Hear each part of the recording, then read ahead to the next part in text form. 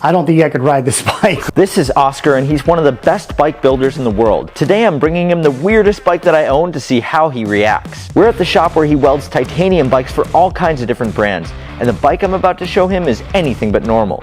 Most people have never even seen a bike like this in person, including Oscar, but in its category, it's one of the best bikes in the world, ridden to over 10 world championships and used by all the best riders. Let's see what Oscar has to say about this very strange bike. There's a lot going on here.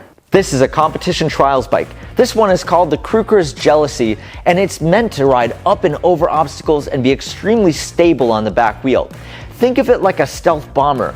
A stealth bomber is pretty unstable at slow speeds and doesn't fly like a traditional aircraft, but when it gets up to speed, it's unstoppable. This is awesome. This is a well-built, thought-out bike. How do you sit down and pedal, man? One of the first things that people usually catch about this bike is that it's missing a seat, and there's a reason for that.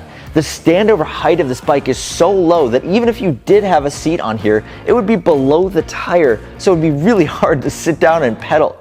But additionally, almost no one rides these bikes with two tires on the ground at any time. You're usually on the back wheel, so you wouldn't be sitting and pedaling on this bike hardly ever. This bike is awesome, man.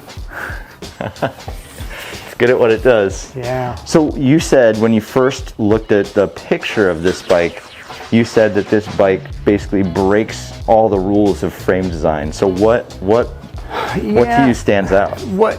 First and foremost is going to be the BB height. I started my frame building career building dirt jumpers. I know most people instantly want to go to a short rear end so they can manual or do stuff, and actually the best thing to do is lower your bottom bracket, and that makes for an easier pull up to do longer manuals or bunny hop higher. So the fact that you guys raise the bottom bracket and then get extremely higher than most DJ or street riders do, not to say they can't get that high, but that's the first and foremost thing.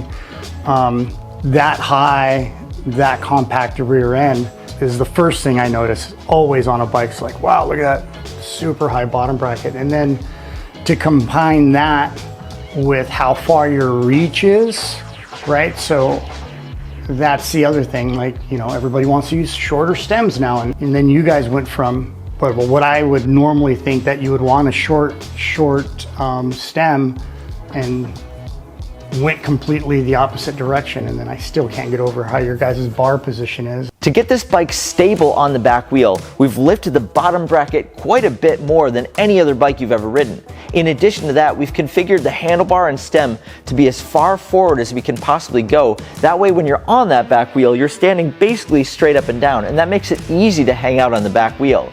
Now, it's not exactly fair for Oscar to look at this bike when it's on two wheels because they're not traditionally in that position. You really need to see this bike in a vertical position to understand what this frame design is all about. So this is the position you're supposed to be in. And you can just hang out here forever.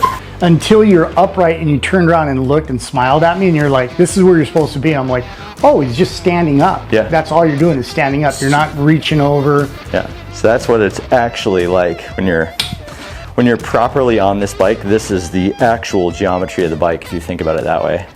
In addition to the frame design of this bike, you've probably noticed that the gears are super tiny, and the reason for that is that we want to quickly jab the pedals to give as much power to this bike as quickly as we possibly can. When you feed power to this bike, you can jump super high or super far forward. It just depends on which way you lean your body. I think there's a lot to learn from these bikes. Maybe it'll change mountain biking a little bit. So one thing we always look at bikes is always that gap, right? It's like not everything could occupy the same space. Chainring, cranks, tire can't occupy this specific space. I mean, I know your guys' chain, your front sprocket is smaller than normal, but even then, I mean, the fact that the end of that sprocket is at pretty much the radius of that tire, of center, is amazing. That's a lot of stuff going on in that small area. That in itself breaks all the rules, which is rad. but definitely the chainstay length to BB height to what I always say is center to center, right? So if I were to do this square here, it's not a reach thing. I mean, I know normal people would call it that. It's not, you're not looking at your reach, but it's way out there. It's road bike length for such a small bike. This bike does look and ride like a pogo stick, and that's kind of why I love it. This is the bike that I go to max out my bike control skills. And honestly, I'm always saying that practice makes progress, and on this bike there's always something to practice, whether it's jumping higher or jumping farther. This is the bike that I keep coming back to continue to push my skill on the bike. It breaks what my logic as a frame builder tells me. It's not an intuitive design, I guess, in normal frame building design of a bike. I would never have done this. But the fact that this is how you guys ride them. This bike isn't for everyone, but for the people who do ride it, it's a ton of fun. The cool thing is, if you've been watching some of the mountain bike tutorials on this channel, you'd be surprised to learn that you already know quite a few trials moves. In fact, this video right here is all the trials basics. Have a quick peek at it and see how many of the moves you can already do. Again, I don't ride trials. I've never ridden trials. We can fix that.